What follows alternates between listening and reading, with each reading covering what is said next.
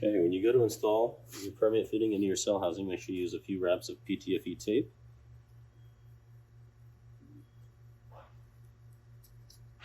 You can get this tape at your local hardware store. There we go. Should look about like that. We're just going to thread that into the permeate port. No need to go too tight. Let's go hand tight. And then finish it off with a quarter turn with a wrench. There we go. These plastic fittings tend to break pretty easily, so make sure you don't over tighten it. Let's see if we can break it off.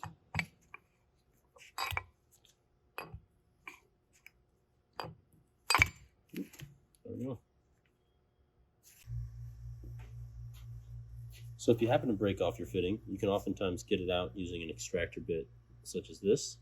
You can find this at your local hardware store, or you can order it online. And just use that with either a tap holder or even an adjustable wrench will do.